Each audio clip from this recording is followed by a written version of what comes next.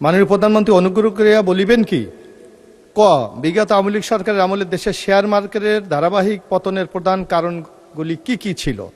Share মার্কেটের ধারাবাহিক পতন ঘটাইয়া হাজার হাজার বিনিয়োগকারীদের নিঃস্ব করিবার জন্য যাহারা দায়ী তাহাদের চিহ্নিত করা সহ তাদের বিরুদ্ধে আইনানুগ ব্যবস্থা গ্রহণের পরিকল্পনা সরকারের আছে কি না?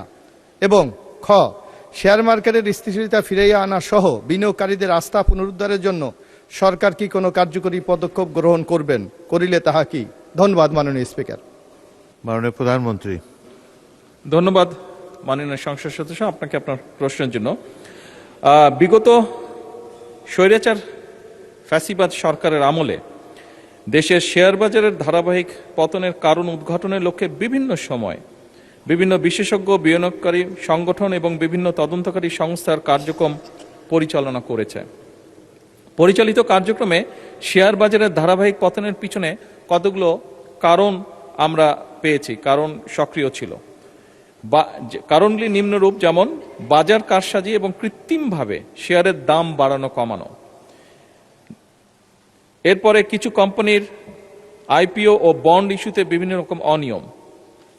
এরপর নিয়ন্ত্রক সংস্থার দীর্ঘমেয়াদী দুর্বল তদারকি এবং সময় মতন ব্যবস্থা গ্রহণ না করা। এরপরে কর্পোরেট সুশাসনের ঘাটতি এবং আর্থিক তথ্যের স্বচ্ছতার অভাব। এরপর প্রাতিষ্ঠানিক বিনিয়োগকারীদের সীমিত অংশগ্রহণ এবং বাজার আস্থার সংকট। এরপর নীতিগত অসঙ্গতি এবং বিনিয়োগকারীদের মধ্যে অনিশ্চয়তা। এরপর পুঁজিবাজার বান্ধব কর নীতির অভাব। মাননীয় স্পিকার, ধারাবাহিকভাবে শেয়ার মার্কেটের পতন ঘটিয়ে হাজার হাজার বিনিয়োগকারীদের নিঃস্ব করার জন্য যারা দায়ী তাদের চিহ্নিত করা সহ তাদের বিরুদ্ধে আইনানুগ ব্যবস্থা গ্রহণে বর্তমান সরকার পরিকল্পনা গ্রহণ করেছে।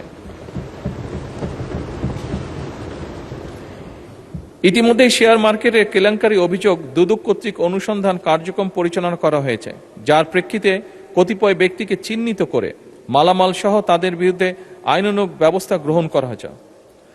মামলা সহ তাদের বিরুদ্ধে আইনানুগ ব্যবস্থা গ্রহণ করা হয়েছে। এছাড়া শেয়ার মার্কেট কেলেঙ্কারির সাথে আরও অন্যান্য যে সকল ব্যক্তি প্রতিষ্ঠান জড়িত কিনা তা উদ্ঘাটনের কার্যক্রম চলমান রয়েছে। মাননীয় স্পিকার, ইতিমধ্যে শেয়ার মার্কেট কারসাজি, অনিয়ম ও দুর্নীতিগ্রস্ত ব্যক্তি এবং প্রতিষ্ঠানের বিরুদ্ধে Bangladesh securities and exchange commission কর্তৃক শাস্তিমূলক ব্যবস্থা হিসাবে 1497 কোটি টাকা অর্থদণ্ড আরোপ করা হয়েছে।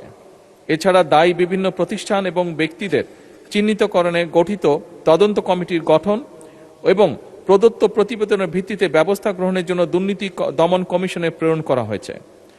মাননীয় স্পিকার, বর্তমান সরকার শেয়ার মার্কেটের স্থিতিশীলতা ফিরিয়ে আনা সহ বিনিয়োগকারীদের আস্থা পুনরুদ্ধারের জন্য বদ্ধপরিকর।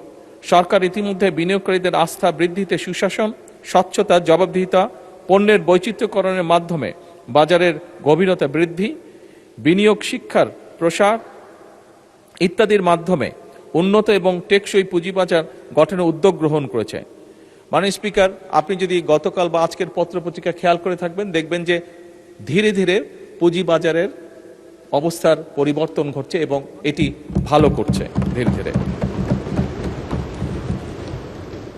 মাননীয় স্পিকার, যে সকল কর্মসূচি এর মধ্যে অগ্রাধিকার দেওয়া হয়েছে তার দু একটি আপনার সামনে আমি উল্লেখ করতে চাই। যেমন বিনিয়োগকারীদের আস্থা বৃদ্ধিতে সুশাসন, স্বচ্ছতা, জবাবদিহিতা নিশ্চিতকরণের লক্ষ্যে সরকার 4 জুন 2026 তারিখে পুঁজিবাজার বিষয়ে দক্ষ এবং অভিজ্ঞতা সম্পন্ন একজন চেয়ারম্যান ও 3 জন কমিশনারকে বাংলাদেশ সিকিউরিটিজ অ্যান্ড কমিশনের নিয়োগ প্রদান করেছে।